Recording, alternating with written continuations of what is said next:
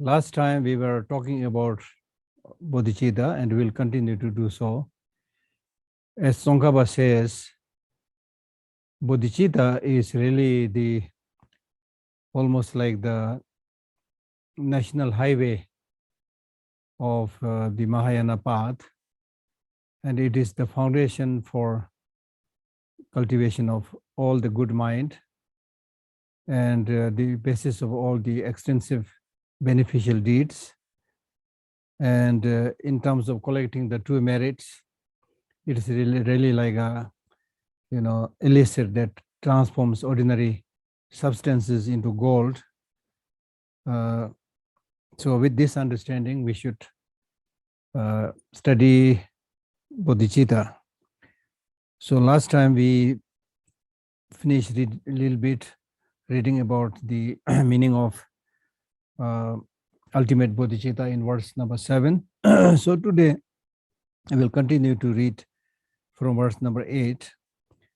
And the verse number 8 says, because of having found mental equality to phenomena, to sentient beings, to its activities, and the Supreme Buddha itself, hence its complete joy far excels.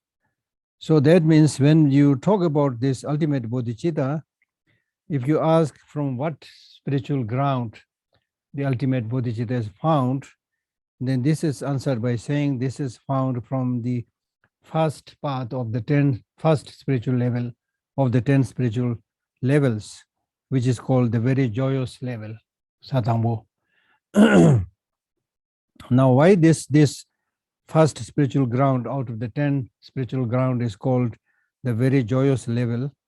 This is called very joyous level because here you are able to realize selflessness, both in terms of the afflictive emotions and also in terms of the purified states, and thus you are able to develop this equalative mind towards all phenomena, including the negative emotions and including the positive emotions. Both the negative emotions and positive emotions are same in having no independent inherent existence. So this is the meaning of because of having found mental equality to phenomena. That's the meaning. The second, at this level, you also find mental equality to sentient beings. That means you are able to realize the sameness of oneself and other sentient beings. So there is no partiality as we ordinarily have towards other sentient beings. And much of the problem that we see today in the world is because of not having developed such a mental equality. Because of this, you develop partiality towards your friends, your relatives, towards yourself, and negligence and towards others, and especially your enemies. So that is the equality to all sentient beings. And this point is very, very important.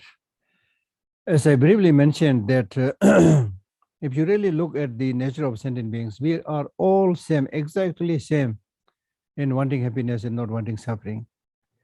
And also same in having the wish to get happiness and having the wish to remove suffering. We are completely same in that level. Okay? Right? And as I always say, when we were born, we are all equal. There is not much differentiation in terms of religion, in terms of this nation, that nation, and so forth. But unfortunately, as we grow up, we pick up many of these bad habits of making, division and discriminations. And it is important to realize that the mind that makes discriminations for oneself and for others, dividing, that process of mind which makes division is actually shows the smallness of the mind. Because at the fundamental level, there is no difference at all between all of us, whether you are from east or west, north or south, men or women. There may be some superficial differences, but basically in terms of your emotional status, in terms of your longing for happiness, not wishing to suffering, we are exactly the same. But as I said, as we grow up, we forget this fundamental sameness and we cling on to superficial differences, and we emphasize that so much that we are ready to kill each other also. So that's why we are having so much problem in today's world. But when you reach such a level, then you develop this mental equality towards all sentient beings. And then you also actualize that sameness or equality to your activities. To your activities means just as all sentient beings wish to put an end to suffering,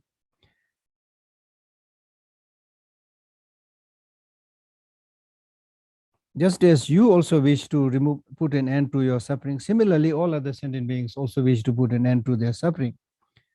So therefore, with this understanding, you develop this mental equality in terms of your activity towards yourself and towards others as of same nature. So that's the meaning of finding mental equality to your works, to your activities. And then next is finding mental equality to Supreme Buddha itself. That means if you look at the ultimate nature of the Buddha and your ultimate nature, in other words, if you look at the emptiness nature of the Buddha and emptiness nature of yourself, there is no differences at all in terms of, on the level of the ultimate nature of emptiness, there is no difference between our emptiness and the emptiness of the Buddha, or even the emptiness of the tree and stones and so forth.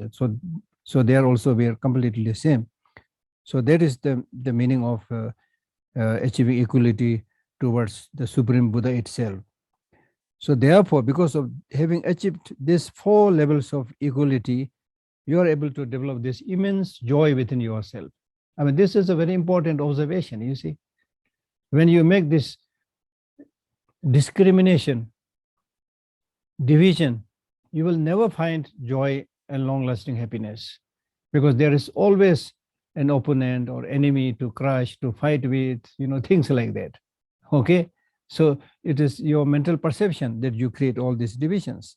But when you achieve all these different levels of equality, then your mind is filled with joy and happiness, because you are able to relate to everybody as being same in the ultimate sense of the term.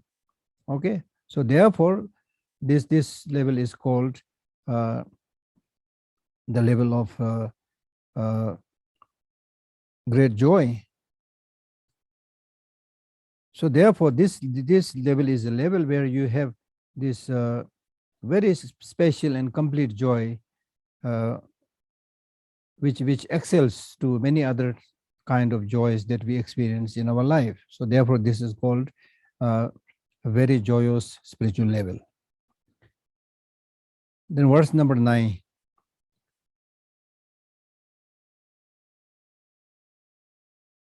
Now, if we explain this a little bit further, first a brief explanation, then a little bit more explanation. Verse number 9 reads, being born, being extensive, being rejoicing, and also purity of thought, learned in the remaining definite emergence should be understood.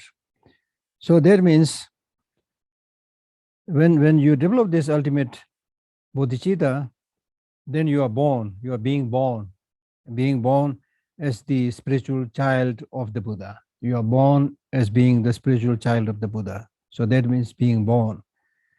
And being extensive means because of cultivation of such a mind, your thinking in terms of your wishful prayers, it is extensive. And then there is also rejoicing, meaning that when it comes to working for the benefit of other sentient beings, there will be great joy. Okay, normally if you're asked to work for others, there will be a lot of reluctance. But when you see the sameness of yourself with all other sentient beings, And especially when you're able to see this great opportunity to serve and help others, then instead of having reluctance, you will be very forthcoming, and you will see that as a very special moment and will have a lot of joy. So that is called rejoicing. And your mental, then there is also the purity of thought. That means you have this very strong special sense of responsibility in helping all others. A small example that we can give is like a mother who very delightfully engages in helping her children. So it's something like that. Learned in the remaining. Learned in the remaining means the remain in terms of the remaining spiritual ground also, you become very well versed. You become thoroughly trained in the remaining spiritual grounds also. Definite emergence should be understood. So when you reach that level, then you also develop this very strong wish to emerge or come out from the lower levels. So that is a brief explanation of cultivation of this ultimate bodhicitta. Now, if we explain this a little bit further, this is explained in verse number 10. These 6 points that we already discussed. So this will be now gradually explained. Now, first, the seed is interest in Dharma. That means you plant a seed where you have very strong inclination and interest to the Mahayana teaching. The seed is interest in Dharma. So this is explained in terms of sowing a seed in the womb of the mother, and then finally the child is born. So like that, you have planted this seed having great interest in the Mahayana teaching, and then you also is born from the mother of supreme transcendence. So this wisdom perfection which you meditate, which means your meditation on shunyata or emptiness, is then becomes like the mother that produces the child. Okay. In the comfortable womb that arose from concentration. That means such a wisdom perfection is possible because of unified practice of calm abiding and special insight. So that is really the comfortable womb. So you abide in that womb, which arose from concentration, means unification of calm abiding and special insight. And compassion as the foster mother.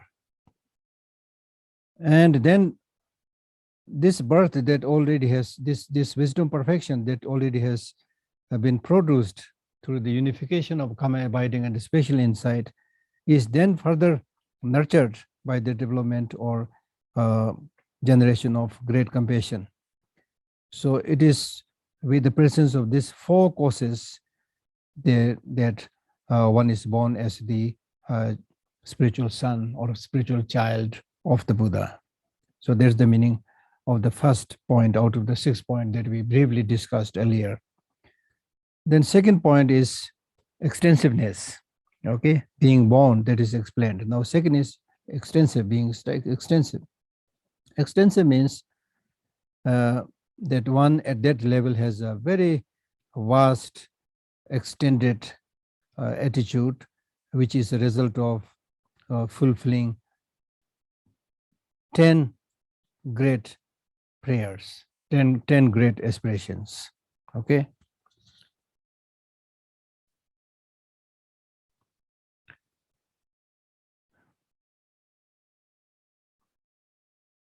And the next is rejoicing. The third is rejoicing.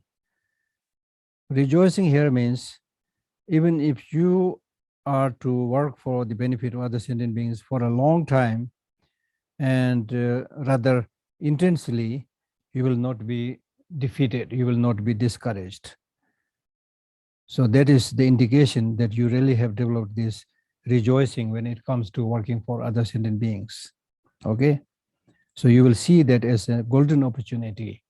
And like for example, if you have to do something which you like very much, then you will never get tired. Then fourth is mental purity, purity of thought. Purity of thought means now you have already approached very close to enlightenment, and very soon you will be able to actualize the Buddhahood. And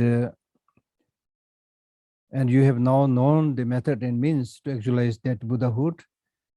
So it is in this sense that you have obtained that pure thought or special sense of responsibility. Learned in the remaining means one is well versed in the remaining of the spiritual grounds other than the first spiritual ground. So which means you become well versed how to cultivate the remaining spiritual ground. You know the causes for the remaining spiritual grounds, their nature, and so forth. Okay. Then definite emergence or renunciation here means you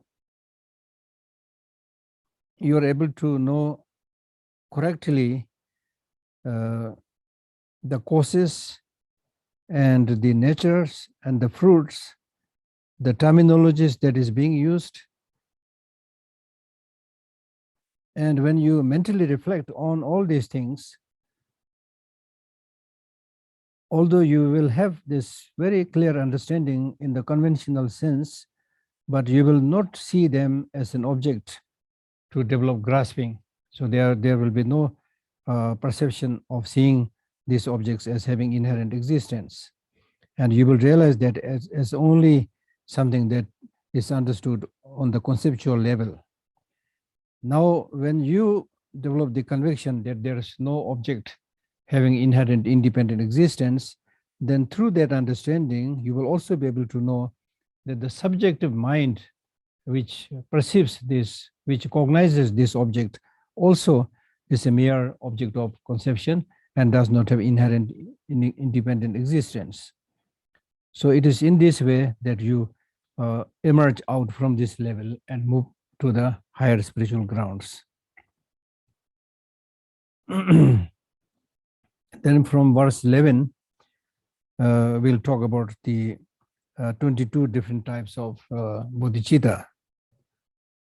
Because of accomplishing the 10 prayers, its extensiveness should be understood. Because of not getting saddened by long hardship, presence of enthusiasm should be internalized.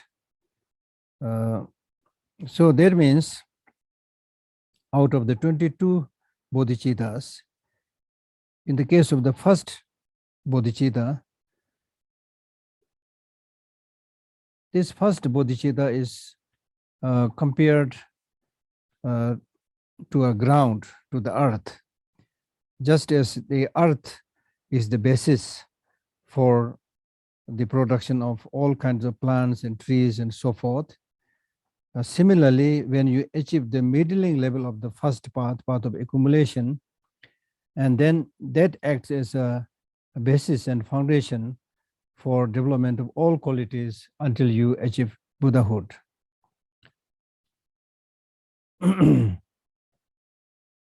Because of oh,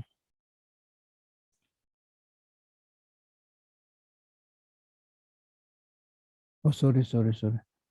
This already we read.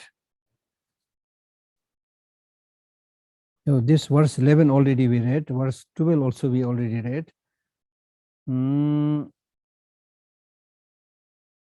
Verse 13 also we already read. Sorry. Because we were explaining these six points. So we finished reading verse 11. Because of accomplishing the 10 prayers, its extensiveness should be understood. Because of not getting saddened by long hardship, presence of enthusiasm should be internalized. Realization of closeness to enlightenment, because of having found its means, purity of thought should be understood. Is landed in other spiritual ground, mentally engaging as is presented, its conceptuality is understood. Because of its non-conceptuality, true, it as well. So I was talking about this non-conceptuality or having no independent existence, both of the subject and object, definite emergence, moving from the first spiritual ground, emerging from that and moving to the higher spiritual ground. So that is the meaning, verse number 13. So we are now, when it comes to the, when it comes to the explanation of the 22 Bodhichittas, we are actually reading from verse 14. Okay.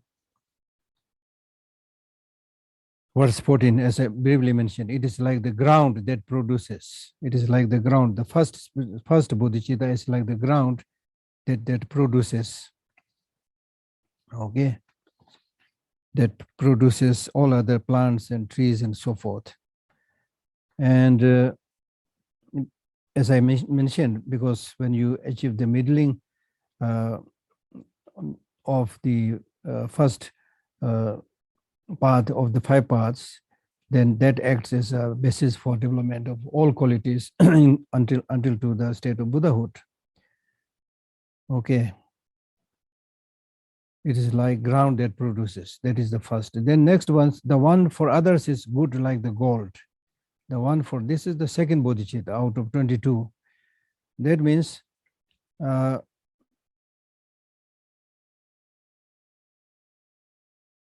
in this case of the second Bodhicitta, one focuses towards the well-being and benefit of other sentient beings. You have this mental attitude to help and benefit other sentient beings. So therefore it is really like a refined gold, which however much you put in the gold, put in the fire, it will not change its color or shape and so forth. It is really like the pure refined gold. Because when you reach this, when you develop this second Bodhicitta, then your wish to benefit, wish to do temporary benefit and long-term benefit will never change. It's like refined gold. Okay, and it proves it is purity. Then the third, it's like the waxing moon. Third is like the waxing moon means when you make effort and strive in the practice of the 6 perfections, then it's like a waxing moon, okay? Because your virtuous practices will grow higher and higher. And then the next is, the other should be understood as fire. The other should be understood as fire, meaning that when you develop this special sense of responsibility and generate this wish to have the higher spiritual qualities, then it's like a fuel that gets very, strong fire. And because of this special sense of responsibility, your previous qualities will flourish further. Just like when you put more fuel, then the flame of the fire will grow stronger and stronger. Okay. And then when you possess the perfection of practice of giving, then it's like so now we are reading verse number 15. The other should be understood as great treasure. Okay, great treasure. That means when you possess the wisdom and perfection of when you possess the perfection of giving, then it's like possessing a great treasure. Great treasure. Because if you have great treasure, then it will be able to satisfy the needs of many sentient beings, and it will never be exhausted. Okay, so that's the meaning. The other is like the source of precious gems. That means when you possess the perfection of morality, then it is like the source of many precious gems. Okay, as is said by Nagarjuna in his letter to the friend, that morality is like the ground where the moving and unmoving can get their support. So that morality becomes basis for all other higher qualities. So all precious qualities come from morality.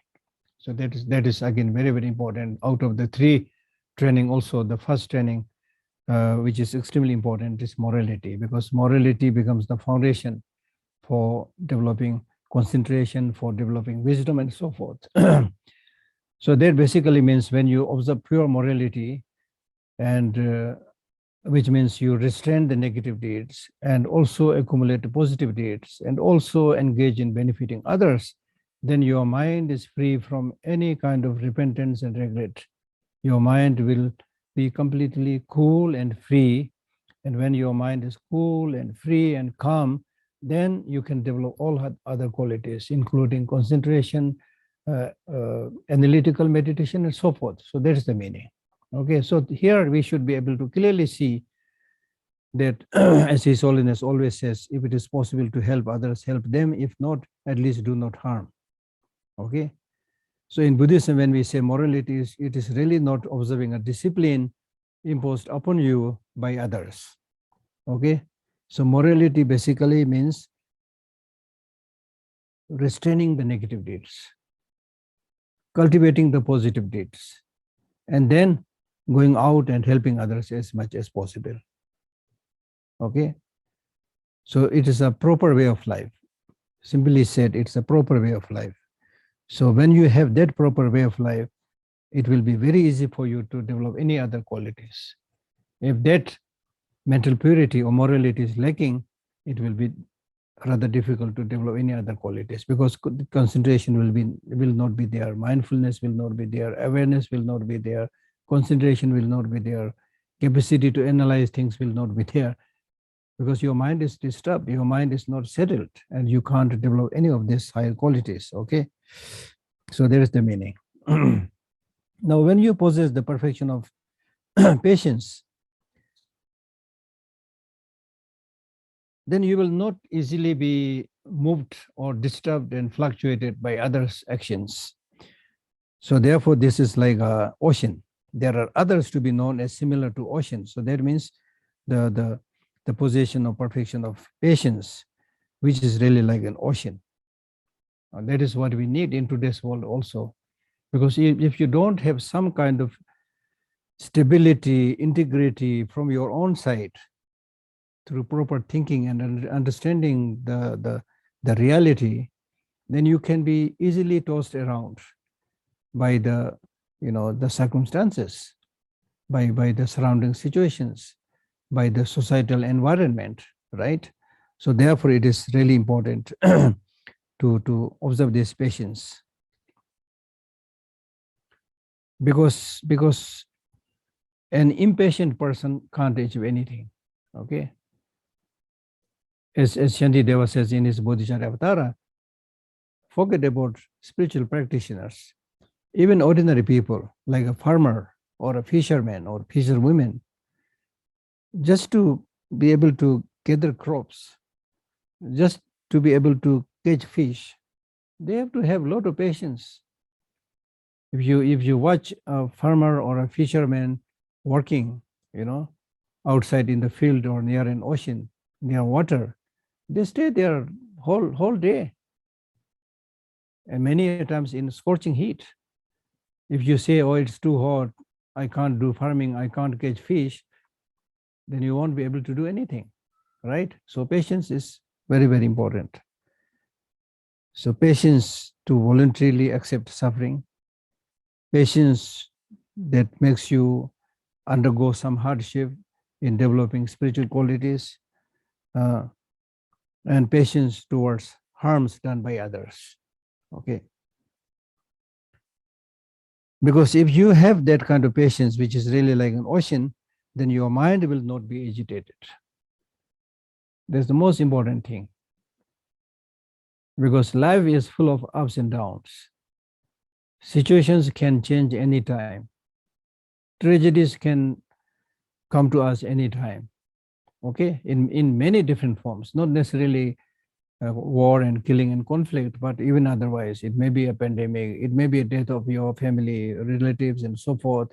It may be you're losing the job, whatever, I'm not saying life is, a bundle of tragedy. I'm not saying that, but with happiness, there are also a lot of problems, sufferings. They are also bound to come, right? So therefore, on such occasions, if your mind doesn't have that patience, or what we call is these days resilience, if you don't have that resilience, the capacity to bounce back, if you don't have that, then it will be very difficult. You will become vulnerable to small problems even. Okay.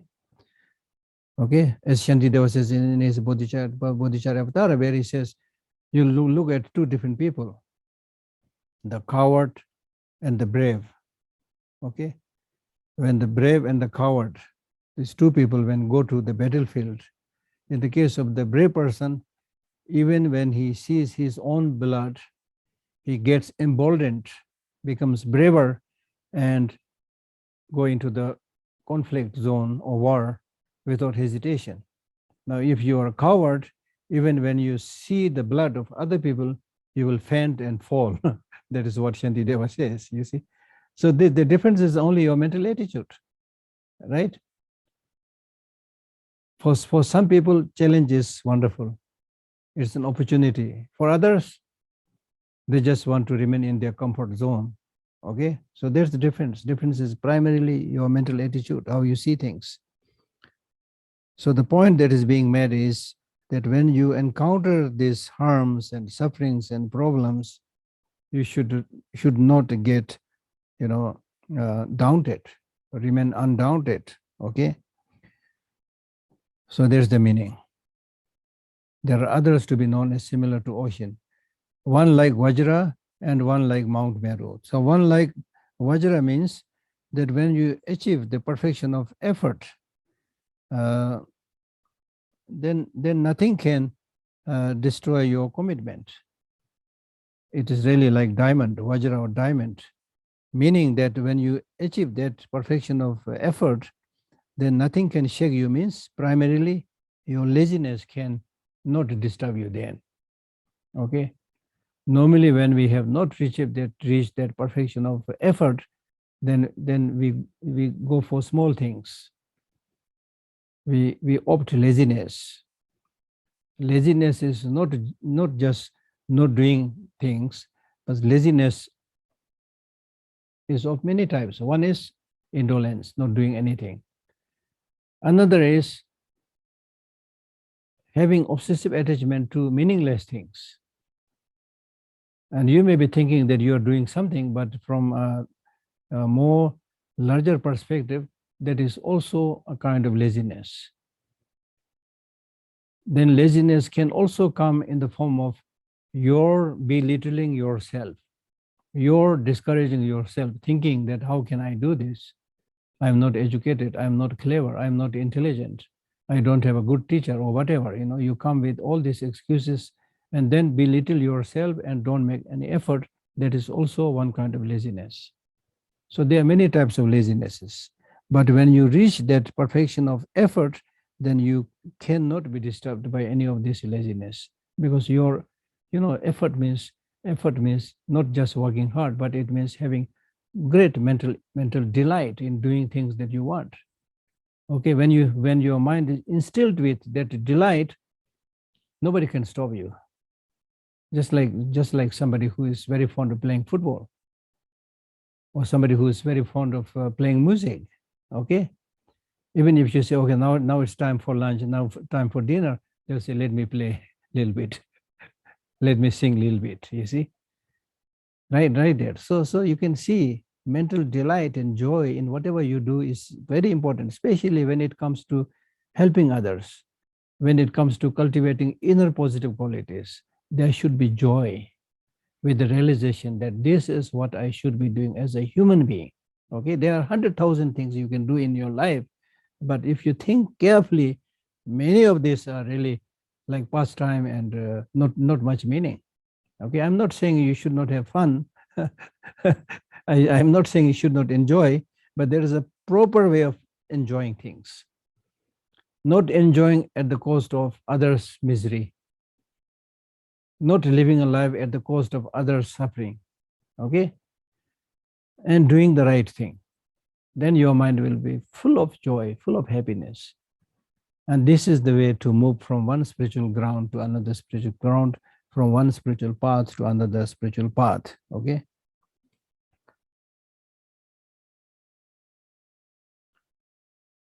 And one like Mount Meru. One like Mount Meru means that when you achieve the perfection of concentration, then it's like Mount Meru.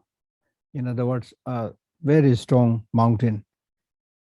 Just as that very solid, strong mountain remains there unmovable and nothing can shake that mountain. So similarly, because of your having reached that state of concentration, you will not be distracted by any other external factors. Verse number 16, one similar like being of medicine. Now, when you possess the perfection of wisdom, then it's like the king of medicine, because the king of medicine may be able to cure all kind of physical illnesses. So similarly, when you possess that wisdom perfection, you are able to remove all the illnesses of the two obscurations, the afflictive obscuration and the cognitive obscuration. You will be able to remove both of them.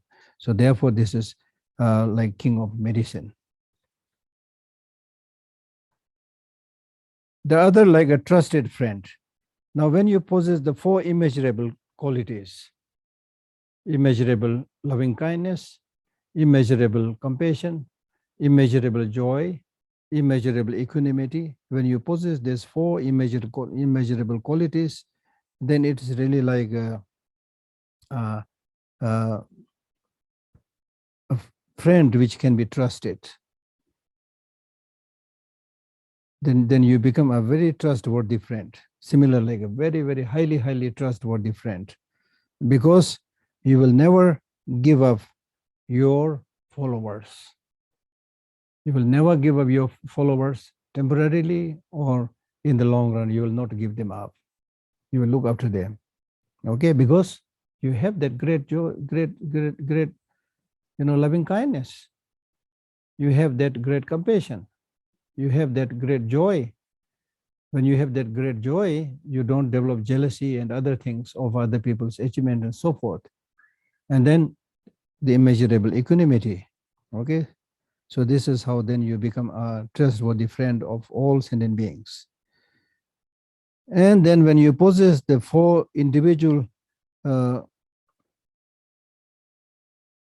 realizations, then this is like a very melodious song, because then at that level you are able to give this pleasant teachings, pleasant and meaningful teachings, by which you will be able to invite the followers. Just like a great singer with a great voice, when he or she sings, everybody will come to listen to that person. Okay, so similarly, when you reach this level, then your teaching will have that capacity to attract others. Okay, so there's the meaning. Now, when you possess the four individual realization means individual understanding of the Dharma,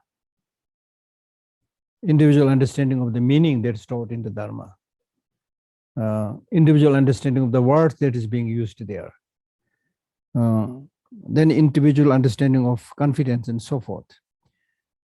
Okay, and then when you possess the four reliances,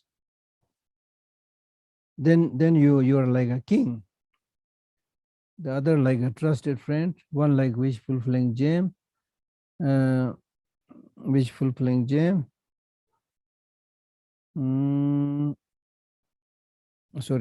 Wish fulfilling gem.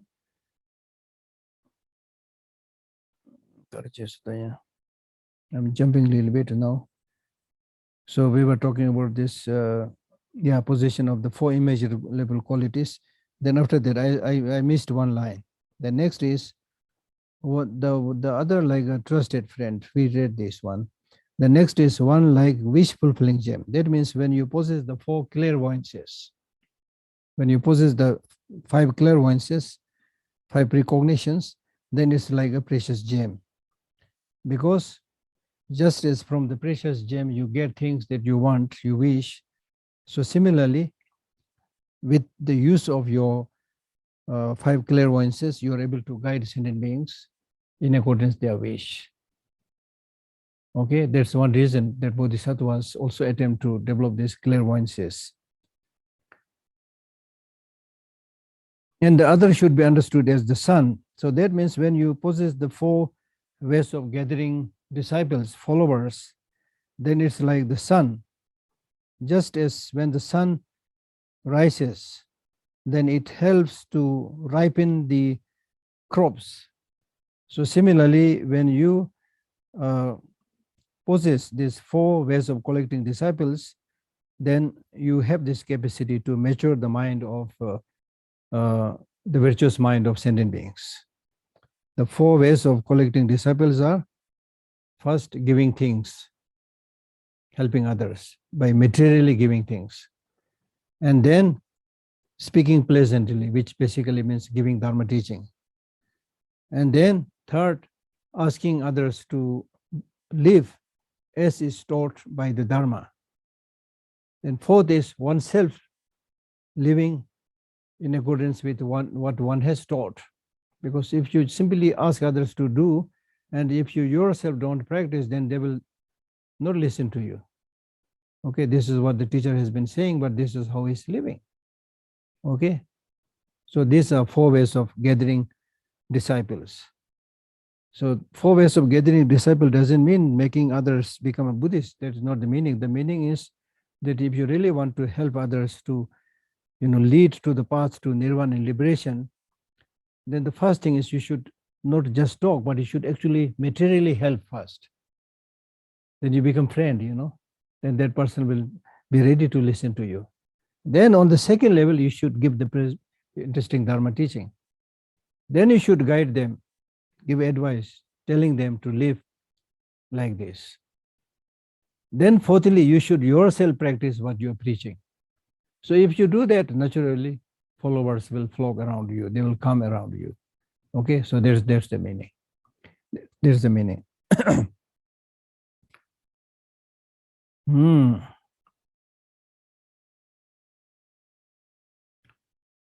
Then I missed this one, already I explained. The other is like the melodious tune of Gandharva smell eater. So that is what we already explained, the four individual knowledges.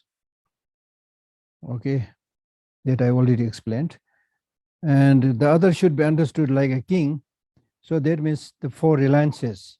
Possessing the four reliances is like a king who would not deceive his followers, his citizens, his people. Okay, the four reliances already. I think many of you might know this one. Four reliances means out of the teacher and the teaching, rely more on the teaching than on the teacher. This is important because most of us, we will run after the name and fame of a teacher. But this text says you should rely more on the teaching than on the teacher. Don't just run after the fame and name of person, but see what kind of teaching and guidance that the person is giving. And if the teaching is really reliable, beneficial, useful, then follow that teaching and the teacher who gives such teaching. Okay, so out of the two, the person who teaches and the teaching, pay more attention to the teaching than on the name and fame of the teacher. Second, when you follow the teaching, pay more attention to the meaning than on the beauty of the words.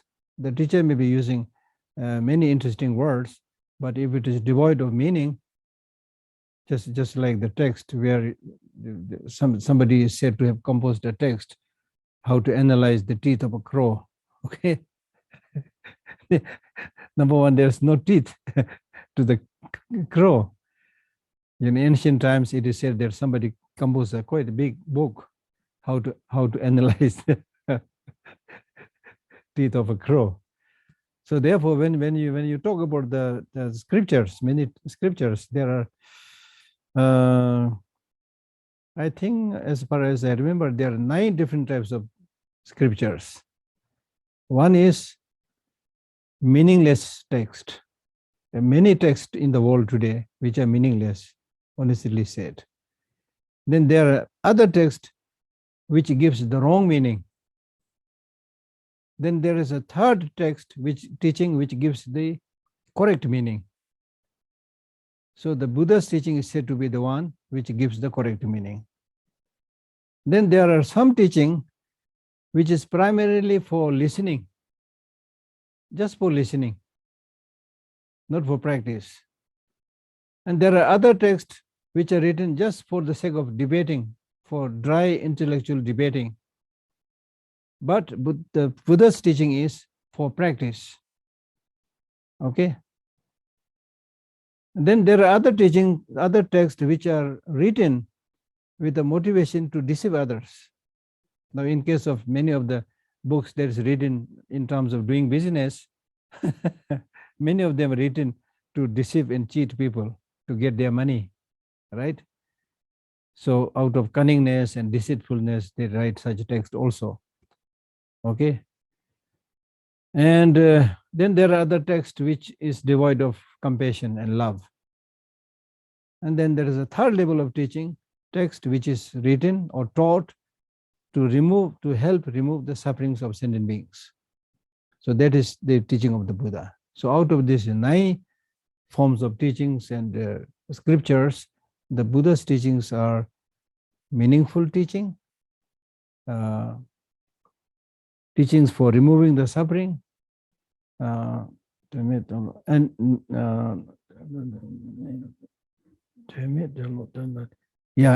for practice, not just for intellectual, debating.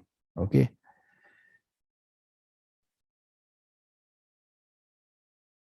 So therefore, rely more on the meaning than on the beauty of the words. Now, when it comes to understanding the meaning, rely more on the definitive meaning than on the interpretative meaning. Okay? Buddha gave many levels of teaching, primarily 2 categories of teaching. One is called interpretative teaching, another is called definitive teaching. Despite Buddha having gained ultimate insight into the way things are, he cannot teach everything directly to everybody because of different mental capacity, different mental disposition, and so forth. So therefore, he had to give 2 types of teachings. One, interpretative teaching, because for the time being, they can only digest such a level of teaching and not the definitive teaching. For example, somebody whose mind is not ready, you cannot directly give teaching on emptiness. Okay?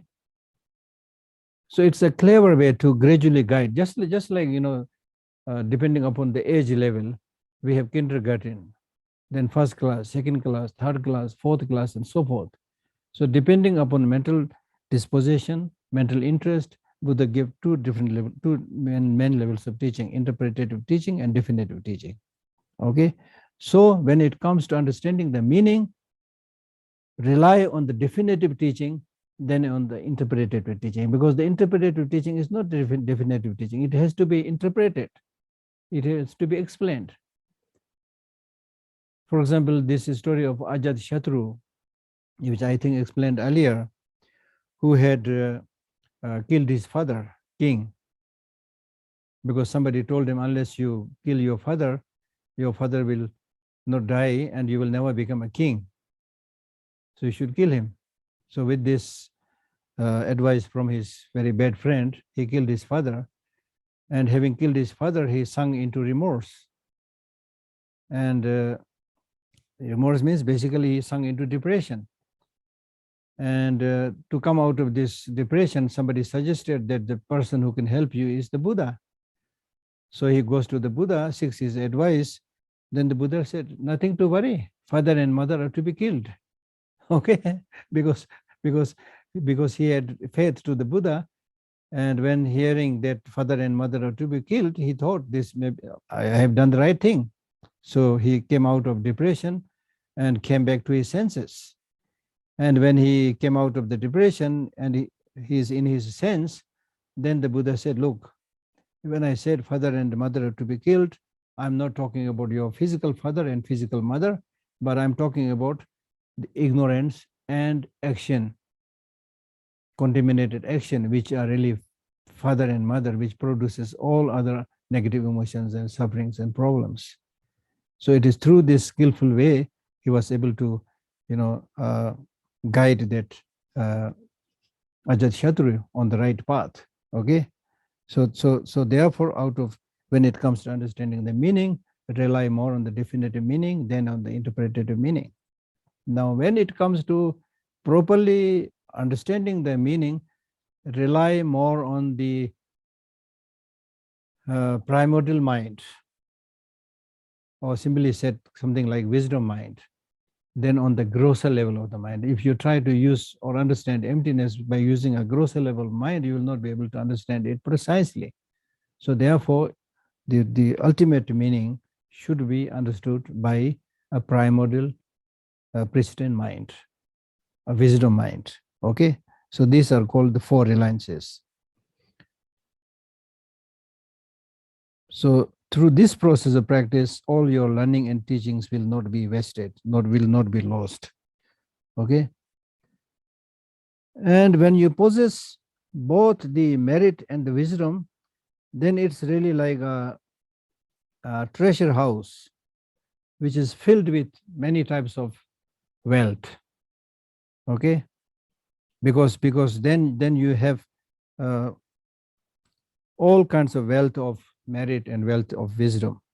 Okay, and when you possess the 37 limbs to enlightenment, then this is like having entered the highway, national highway.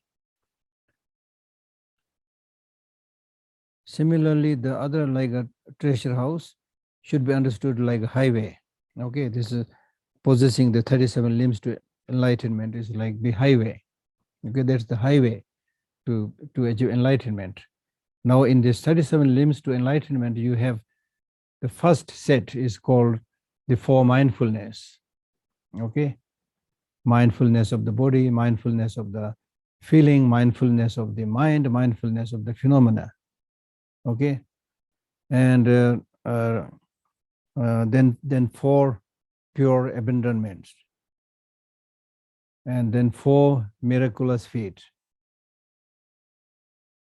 then 5 sense faculties, 5 powers, and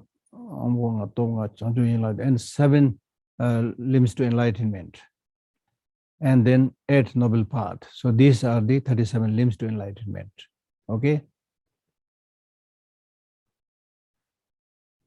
So out of these 37 limbs to enlightenment, with regard to the first set, the practice of the four mindfulness, that is basically the practice that you are told to do when you study the first noble, out of the four noble truths, the first noble truth, which is the truth of suffering. Okay, when Buddha taught the four noble truths, the first was the truth of suffering. Truth of suffering is explained with 4 features. Okay, impermanence, suffering, emptiness, selflessness. So that basically means that you should maintain your mindfulness towards your body, towards your feeling, towards your mind, and towards the rest of phenomena, especially what must be discarded and what must be adopted. That's the point. Okay, so the mindfulness can be maintained on many other things, but you should primarily use this towards yourself, which means observe your body and see its reality. The reality of the body is that it is unclean, it's impure. And why should we reflect on that? We should reflect on that to see the reality. And why should we see the reality? We should see the reality so that we will be able to remove unnecessary pride, arrogance, and grasping to one's own body by perceiving it as very pure and very clean and so forth. And then look at your feeling. Maintain mindfulness towards your feeling. Out of 3, in terms of your feeling, you have, feeling craving towards happiness, and feeling craving not to have suffering, and then neutral feeling. Okay, so based on that feeling, you develop that obsession, you develop that grasping. And that feeling of grasping develops on the basis of your body.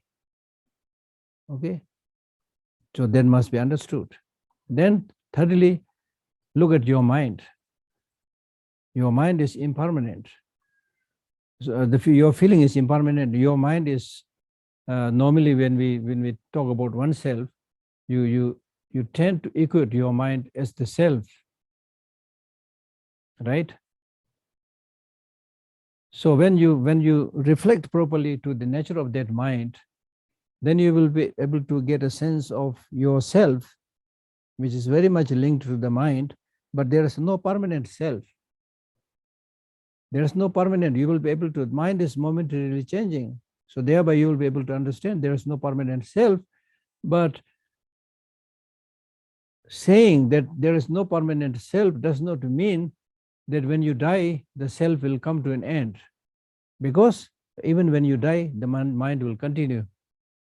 So with that, the self will also continue. Right? So therefore, you will be able to get rid of these two extremes. Seeing the self as permanent and seeing that the self will completely come to an end with the death of the body. Okay? And then with regard to the rest of the phenomena, especially what to adopt and what to discard, if you maintain mindfulness, then you will see all of these phenomena same as we already studied, same in having no independent inherent existence. Now, precursor to this practice of mindfulness is breathing. Watch your breath, coming in, going out, and things like that, which I'm sure most of you are familiar. Okay, so this is briefly speaking like that. Oh yeah.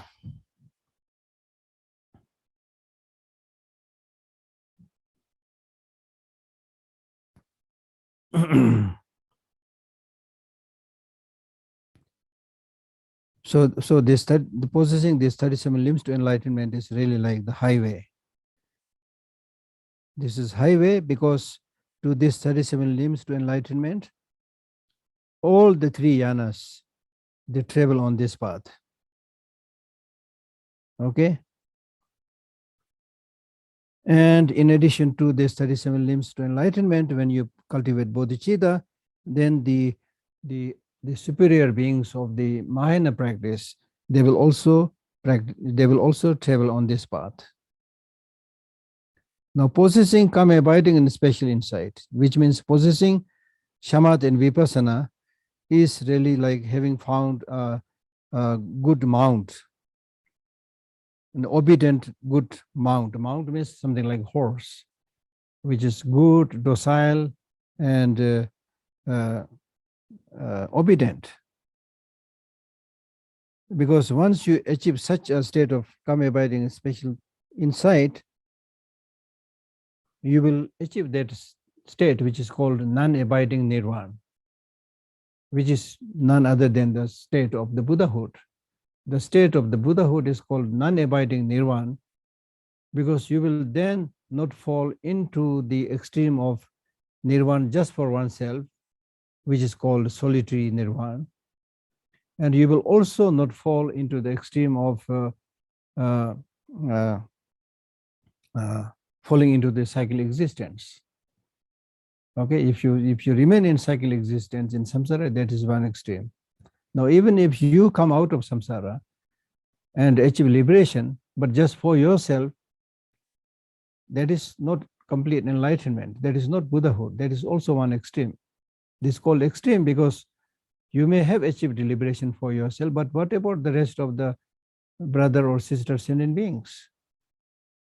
Therefore, your ultimate goal should not be just any nirvana, but it should be non-abiding nirvana. A nirvana which does not abide either in samsara or in the solitary nirvana just for yourself. So that means a nirvana where you have achieved complete omniscience, complete enlightenment, where you never give up working for the benefit of other sentient beings. Okay, so there's the meaning. So when you achieve this combination of karma abiding and special insight, then you will go into this city of omniscience, Buddhahood.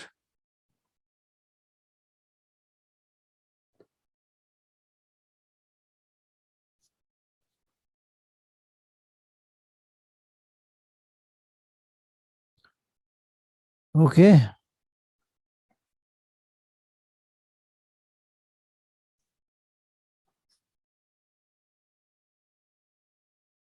I think we can stop here today. Okay, Geshe-la, thank you very much. Now we can we have time for some questions, and while I'm waiting for our participants to send me the questions, just a moment, let me see. Yeah, there are no questions. Yeah, today is our second last session, and next we have one more session next time, as I promise, until the end of April. Then we stop. Okay, but we'll complete the chapter on Bodhichitta in the next session. Yeah. Okay, Geshe-la, and we still have some questions that were sent to us between the sessions. Okay. So I will start with them. Yeah. So one of them is, Geshe-la, you said last time that we are clinging to our limited picture of the world, where everything rotates around human beings, their needs or pains. Do you think that we need to think more about animals, for example, to overcome this limited overview? Will it help? Yeah, in Buddhism, we talk about thinking about well-being of all sentient beings, which obviously includes animals. So we need to think about all sentient beings. But as I always say, think globally, act locally. Okay. Those sentient beings which we have to contact on a regular daily basis and in a more aggressive way is not so much of the animals, but primarily the human beings. So therefore, it is important to know how to deal properly with human beings. Then, of course, with animals also. Thank you, Geshe-la. And the next question, just a moment. Sometimes it is being said that we should make efforts to develop patience and overcome anger, for example. But we also hear that it is impossible to overcome anger and its leftover stains altogether. As for that, we need direct realization of emptiness. Should we even try to fight anger then if the emptiness has not been yet realized? Isn't it a futile endeavor, since without a direct realization of emptiness, it keeps on coming back in unfavorable situations? Your question reminded me a remark His Holiness the Dalai Lama made some time before, where His Holiness the Dalai Lama said, if you can afford to go to a 5-star hotel, it is good. But even if you can't afford to go to 5-star hotel, you will never say, I will not eat if I can't go to a 5-star hotel. So even if you have not realized emptiness, it is of course important to make attempt to increase your patience, because it is through this systematic process that we gain enlightenment. There is no push button enlightenment. Whether it's practice of patience or practice of morality, whatever, it has to come slowly and gradually. Yes, I agree that it is not easy, because we are very strongly habituated with all the negative ways of thinking. Plus, we are surrounded by all this interesting human beings, the influence of the society. It is all there. And then especially the overwhelming influence of the shiny gadgets and things that is flooding the market. So as I said earlier, the negative emotions are here with us. Then objects for negative emotions are there. They are also there. Negative emotions also present. Objects for negative emotions are plenty, especially in today's world. They are also there. then our improper way of engaging into the object is also there. So when the fire and the fuel, the dry fuel and the fire, dry wood and the fuel, fire come together, it's bound to produce conflagration of fire. So therefore we need mindfulness, alertness, and so forth, right? So what I'm saying is, although it will be wonderful if we become enlightened in one day or at least 1 year or something, but it's simply impossible. Now that does not mean to say you can't make progress. You know, if you look at human life, it's not only just studying Buddhism, but you may be a very hot-tempered person when you are young. Your blood is warm, you're energetic. You may be a very angry, hot-tempered person. But as you grow older and older, deal with many difficult situations in life, you become a little bit matured. You become a little bit more patient. So that shows the only way to be happy and peaceful is to improve patience, right? So our life's lesson tells us that patience is important, and it can be done slowly but surely. Thank you very much, Geshe-la. And I see that we have a question from Snehi Gupta.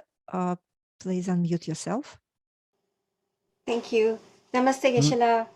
I had a question on the last of the Four Reliances, where you were saying, to rely on sort of the primordial wisdom mind and not on coarse mind. And it reminded me of, this term non-conceptual thought. And I've always struggled to understand, what does non-conceptual thought mean? Non-conceptual thought means, there are two ways of. Now here we are not talking about the eye sense consciousness seeing the object, okay? That eye consciousness, eye sense consciousness sees object directly. It is non-conceptual, okay? There's nothing in between the eye sense consciousness and the object. You are able to see the naked truth. So that's non-conceptual. But here we are not talking about that. We are talking about the mind itself. The mind itself, the mental consciousness has a conceptual level, non-conceptual level. Conceptual level means those thoughts, that you have picked up based on your past experiences, or those thoughts that you generate, planning for the future and things like that. Okay, you have some idea, but there is always, you have this idea through a generic image. It's not direct. But when you gradually, practice towards that object, and then the mind becomes clearer, and then the mind then becomes non-conceptual, in the sense the mind will be able to see that object just as your eye consciousness is seeing the object, as clear as that. No generic image between. See, it's like for example, if I try to see you with this cloth, I mean, this one is not that, thin, but if I have a, thin, just like this, the Indian women's sari, veil, if you use that and see, still you are able to see that person, but not completely clear. But when I remove that veil, that piece of cloth, then I'm able to see you directly with my eye sense consciousness. So it will be something like that. Okay. So for that, you need to repeatedly get your mind habituated with the object. Thank you, Geshe-la. It's just such an alien concept. I couldn't think of any example. Yeah, one example that I can give you, another example that I can give you is, for example, let us say you are in America. I don't know where you are, but let us say you are in America. Okay. Now, even when you are physically in America, and then think about your friends, say in India, the faces of those friends in India with whom you have more familiarity, more affection, that will come more clearer to your mind. Something like non-conceptual. But those others with whom you have not so much familiarity, you will get some vague idea, but not so clear. So it's something like that. Thank you, Geshe-la. Yeah. Thank you very much, Okay. Geshe-la. Yes, the next question is from Vera. She would like to clarify the idea of clear or pure thoughts or maybe pure intentions. What methods should the lay people use in this regard? Oh, pure thought, especially if you're talking in terms of a universal sense of responsibility or altruism, something like that. As I mentioned earlier, you need to have a clear understanding that all sentient beings, or at least all human beings, are same in wanting happiness, not wanting suffering. Despite the sameness in wanting happiness, not wanting suffering, we are all same in having a lot of problems and sufferings, and we are not having enough peace and happiness. There also we are same. There are so many similarities. Then we are all same that one day we'll all go from this earth. We'll all die. So when you see everybody from that larger perspective of sameness, as we already discussed, read in the text, then you don't see any reason why you should take so much care only of you and your relatives and not others. Right? Of course, it is easier said than done, but at least mentally you will bridge that gap. And once you're able to bridge that gap mentally, your behavior and attitude to others will also change. Okay? So your motivation makes a huge difference. For example, when you see somebody right in the beginning, if your motivation is to see that person as a stranger with whom you have nothing to do, things like that, you will develop this feeling of distantness. Why should I care about this person? I'm seeing this person for the first time, and that person also doesn't look very friendly. Okay, then you develop this distantness. But instead of that, if you see that person, okay, this person is coming closer to me, okay, maybe she is going to talk to me, things like that.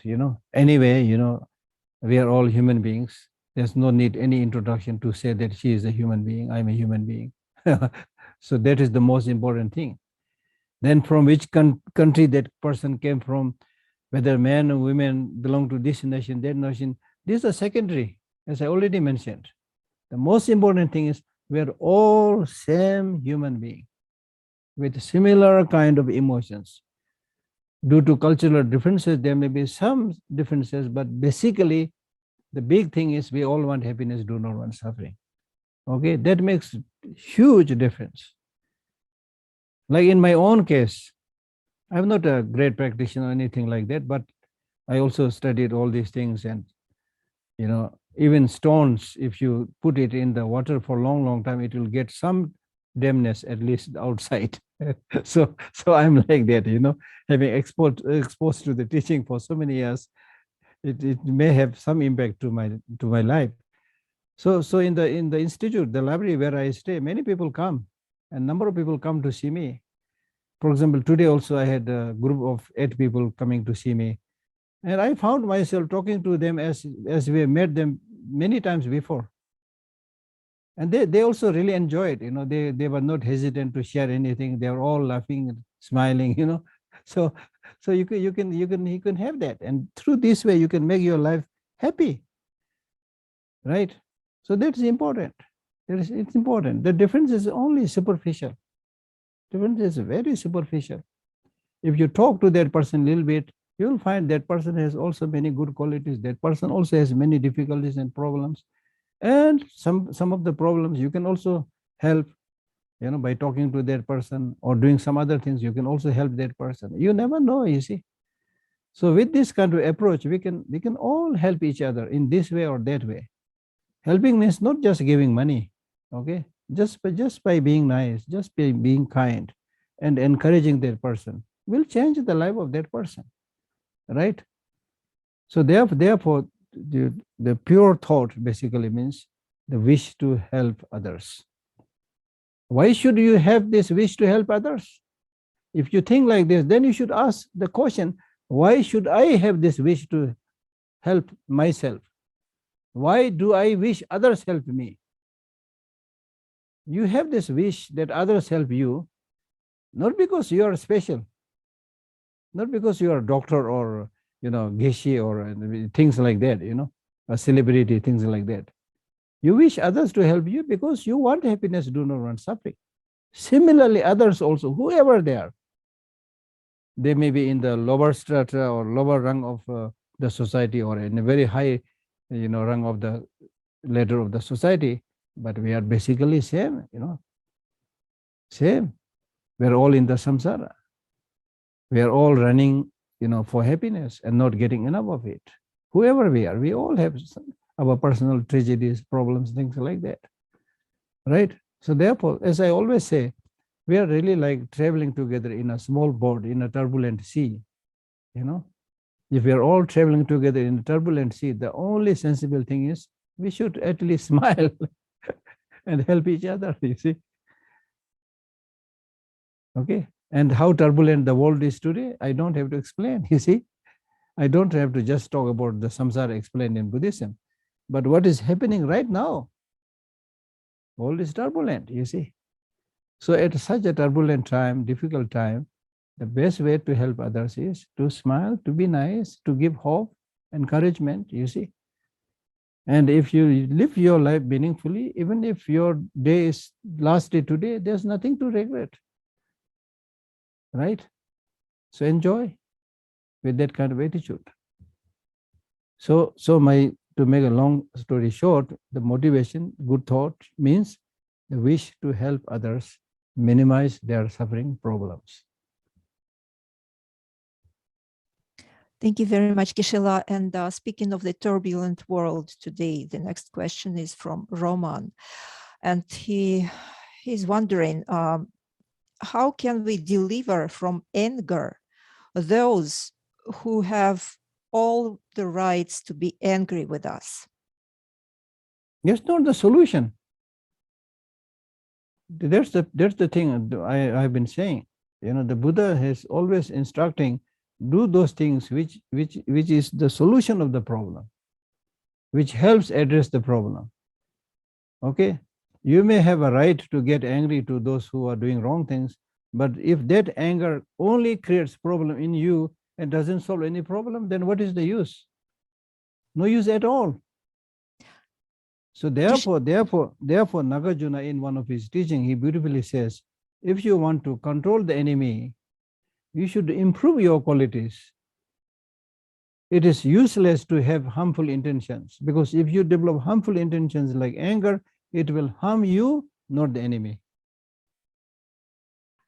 Geshe-la, and if we are talking about someone who is angry with us, can we deliver him or her from this anger? Can we do something for them to be not angry with us? That depends upon the situation. What is the situation? In some cases, yes. In some cases, yes. I will give you some example which I did in my own life also. Like sometimes, without much reason, some people might come into your room with very angry, face. Then what you should do? You have no idea why this person is angry. Okay, then instead of reacting angrily to that person, if you do that, it is adding fuel to the fire. So instead of doing that, you should smile and say, what happened? What happened? Why you're so angry? What happened? Please sit down. If you want to touch him, Okay, say, sit down. What is the problem? Can I solve that problem? Let us discuss, So immediately that, in many cases, immediately the person melts down. Then he would even start saying, sorry, I was having this problem, so I expressed my anger to you, things like that, you see. So don't become defensive immediately. Normally the problem is we don't listen to others. We immediately become defensive. That's the problem, right? Now, in some cases, it is better not to say anything. If somebody came angry and is about to say something, then you should again gently say, sorry, I'm very busy right now. Please, gently. I'll see you after 2 hours or something like that. Then can you imagine that person will remain angry for 2 hours? After 2 hours, his anger will cool down.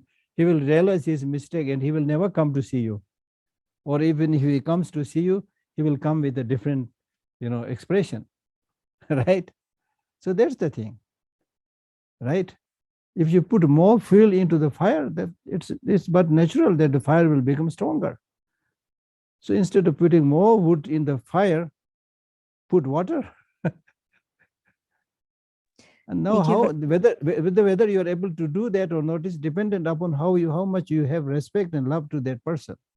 In general, whether you know somebody or not, that's why in Buddhism we say we should develop loving kindness towards everybody. If you genuinely have that loving kindness to everybody, then even if somebody comes very angry towards you, your attitude will be different. Just like your children coming to you very angry, right? If your children, your wife, your husband, who you love very much, come to you with very angry, face, still you will try to help that person with calmness, so you're able to solve the problem. But then in some cases, of course, this tactic will not work. So in some cases, it may be better to go away from that person. Don't continue to present yourself as a target to that person. So you have to, there's no one solution. You have to see the situation. Geshe, thank you very much for this wonderful advice about loving kindness. I think that this is really a solution for every problem. And we have a question from Jacqueline. Please unmute yourself. Hello, thank you very much for your precious teachings. I was wondering if you're going through, if you realize that you have a yucky part in you. I get grumpy and I started to feel sorry for myself. Is there a way, because I should be rejoicing when you find out something bad about yourself, but do you have any advice on how to handle that? Not rejoicing. There's nothing to rejoice, but if but the fact that you've admitted to something, if you've true, in that sense, yeah. The one is that when you find bad qualities in you, you should be happy in the sense that you are truly a genuine human being. It's only a genuine human being who will have happiness, suffering, problems, bad qualities, good qualities. It means you are a human being. Okay? So therefore, don't feel too frustrated with such observations. And also realize that you are not Buddha.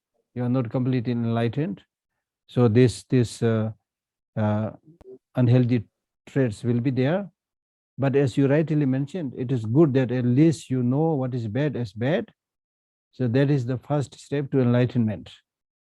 Okay, because you saw it is bad. So now the next time is not enough to say bad, but to distance yourself from those bad qualities. Just like distancing yourself from, smoking or drinking or things like that. Okay. Yes, thank you. Yes. Thank you, Geshe. Do we still have time for one or two questions? Okay. Because we still have some questions. Yeah. The next question, in a difficult situation, it is important to understand an illusionary nature of all things. But when people are getting sick, or even worse, being killed around you, it is quite difficult to think about the illusionary nature of samsara. What needs to be done not to lose this view of the illusory nature of samsara in such situations? No, the problem is there because you're not able to see everything as illusionary. You still have a lot of grasping to the conventional truth. So that's why number one, you need to understand that seeing everything of its illusionary nature does not mean things do not exist. Conventionally, things exist. Therefore, things die, things are born, things are produced, things like that. Okay? But, as we discussed already, but things that are born, things that are produced, things that exist, none of these things have permanent, independent, inherent existence. Right? So therefore, they are illusionary or illusion. Even though they seem to us as having independent, permanent existence, they don't have. Therefore, what we are perceiving, is illusion in that sense. Okay? So therefore, just like in the dream, it's in the sutra, it's very beautifully mentioned that there is a very young woman who got a dream of giving birth to a very handsome son. So she was very happy in the dream. Oh, now I have a son, a very handsome son. She was very happy. Then next moment she gets another dream of the death of the son. And she was extremely sad for the death of this handsome son. But when she experiences this both joy and suffering because she was under illusion, she was dreaming. But when she woke up, she was able to see clearly that there's no the joy and the sadness that she developed while dreaming has no meaning at all.